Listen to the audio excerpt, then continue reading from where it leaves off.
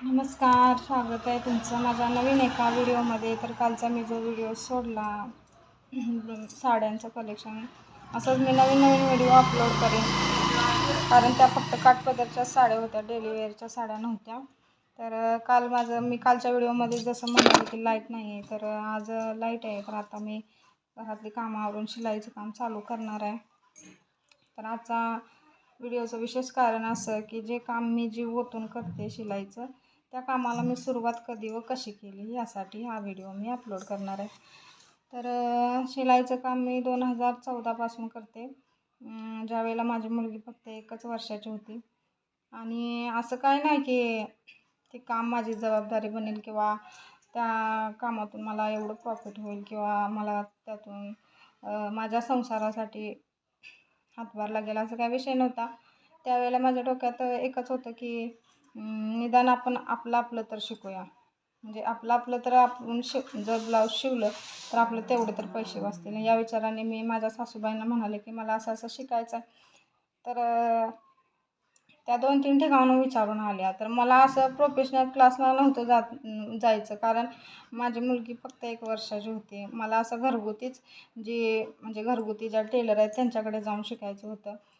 कारण मी जर बाहेर क्लासला गेले तर माझी मुलगी 1 वर्षाची, ती रडणार, तिला भूक लागणार, ती किरकिर करणार. मग असं बाहेर कुठं कसं चालणार? आणि हे खेडेगाव आहे, इथं काय एवढी फॅसिलिटी नाही आहे. पण तिथं मुलीला घेऊन जाणं शक्य नव्हतं. म्हणून माझी सासूबाई 2-3 ठिकाणी विचारून आले. मग त्यांच्याकडून काय नकाराच आला. मग मी स्वतः त्यांना भेटायला गेले एके ठिकाणी की असं म्हणून, आणि मला शिकायची इच्छा आहे, मला आवड आहे.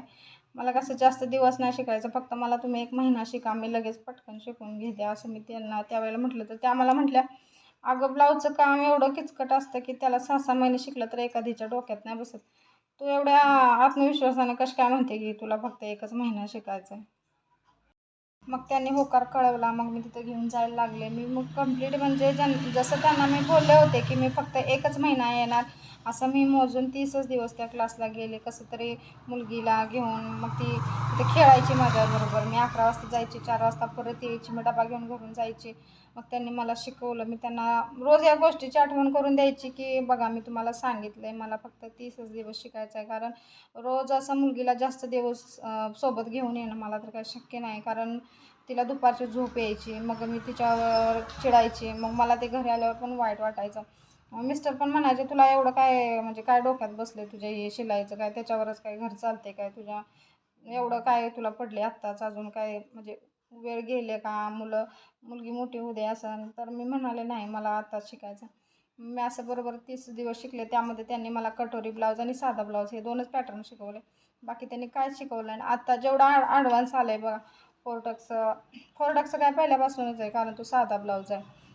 प्रिन्सेस कट किंवा 1 टक्स किंवा आता आपण जे कप ॲड करून जे ब्लाऊज आपण स्टिच करतो ते, किंवा स्लीव्जमध्ये आता हे कसं डबल फुगाबाई किंवा फ्रिलची बाई किंवा पफ बाई होती. पण तरी पण मला तिनं एकही बाईची डिझाईन मला तिनं शिकवलं, आणि मी पण काय तिला जबरदस्ती केली नाही, कारण सांगतानाच मी तिला 30 दिवसाचाच कालावधी सांगितलं. त्यामुळे आपलं काय तिच्यावर काय म्हणजे हे नाही की तुम्ही मला ह्या 30 दिवसामध्ये तुम्ही मला जास्त शिकवा. माझा विचार काय होता, 30 दिवसामध्ये शिकायचं, पण परफेक्ट शिकायचं. म्हणून मी 30 दिवसामध्ये ही 2च ब्लाऊज शिकली, आणि नंतर मी तो क्लास बंद केला.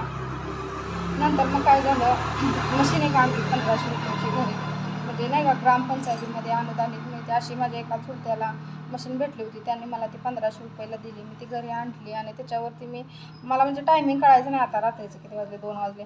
माझं जोपर्यंत चुकायचं मी ते म्हणजे कसं आहे, माझ्या जर डोक्यात एखादी गोष्ट जर आली तर जोपर्यंत ती मला पूर्णपणे जमत नाही तोपर्यंत मी त्याचे काय पाठ सोडत नाही, असा माझा स्वभाव आहे. मग मी हळूहळू घरातल्यांची शिवायला लागली, बाहेरच्यांची शिवायला लागली. पण इतक्या वर्षात मी ब्लाऊज शिवते आता किती 12 वर्ष चालू झालं. पण मी माझ्या या शिवण्याच्या कालावधीमध्ये मी माझ्या आईचं एकही ब्लाऊज मी कधी शिवून दिलेलं नाही. म्हणजे नाही, मला वेळच नाही भेटत, कारण गिरायकांची गर्दी असते. आता कसं संक्रांत झाली, लग्नाचं सीझन आहे, पण आता कोण देवदर्शनाला जातं, कुठं हळदी कुंकवाचा कार्यक्रम, कुठं फोटोशूट, कुठं मुलींचं साडी डे वगैरे असं शाळेत असं असतं. त्यामुळं आता मी ड्रेसबरोबर लेहंगा, ड्रेस ब्लाऊज तर काय चालूच असतं, असं वन पीस वगैरे पण आता शिवायला चालू करते. पण माझा एकही प्रोफेशनल क्लास झालेला नाही आहे. जे काही पण मी शिकले ते मी स्वतःच, मला का नाही जमत. मग मी एक एक वेळेला काय करायचे, एखादा ड्रेस पूर्ण म्हणजे उसवायचे, पूर्णचं असा वेगळा वेगळा पार्ट काढायचे आणि मी त्याचं मेजरमेंट घ्यायचे. तर ह्या वयासाठी हे एवढं आहे, तर ह्याच्यापेक्षा 1-2 वर्षानं मोठे असेल तर त्याच्यामध्ये किती आपण वाढवलं पाहिजे, त्याचे आकार कसे वाढवलं पाहिजे, याचा मी सारखा अभ्यास करायचे. मी असं शिकायला लागले आणि हळूहळू मला आठवते, पहिलं ब्लाऊज मी शिवलेलं हिरव्या कलरचं होतं, साधा पीस होता, त्याची शिलाई 35 रुपये होती. तरीसुद्धा ते ब्लाऊज माझं पूर्ण चुकलेलं. नंतर मी ते ब्लाऊज 30 रुपयाचा ब्लाऊज पीस आणला, परत शिवला आणि मग मला 5 रुपये प्रॉफिट झालं. पण आज मी महिन्याला शिलाईमधून सहज जरी म्हटलं तरी 9 ते 10,000 रुपये मला सहज भेटतात. दिवसाचं माझं काम 500 ते 550 रुपयेपर्यंतचं होतं जर मी मनावर घेतलं तर. आणि नाही म्हटलं तर मग काय 4-5 हजार ठीक आहे. कारण कसं होतं, एकदा एकदा मला कंटाळा आला आणि मी शिलाईच्या कामातनं रेस्ट घेतली तर मला 2 ते 3 दिवस मला काय शिलाईला बसू वाटत नाही. मग घरी कस्टमर येतं, बडबडतं जातं, मग त्याचा माझ्यावर काहीच फरक पडत नाही. पण एखादं जर गरजेचं असलं, बाबा उद्या कार्यक्रमच आहे तिच्या घरी किंवा तिला ती साडी लागणारच आहे, तर मी रात्रीत कधी पण उठून मी शिलाईला बसते. आणि माणसाला कसे एकेकांना गाणे ऐकण्याची आवड असते, एकेकांना टी व्ही पाहण्याची आवड असते. पण मी एकही सिरियल कधी बघत नाही. जोपर्यंत मला माझ्या मशीनचा आवाज माझ्या डोक्यात येत नाही, तोपर्यंत माझं डोकं काही शांत होत नाही. तर पुढच्या डिझाईन किंवा पुढचे जे ॲडव्हान्स पॅटर्न आहेत ते मी कुठं आणि कशी शिकली, हे पाहण्यासाठी तुम्ही माझा उद्याचा ब्लॉग नक्की बघा. धन्यवाद.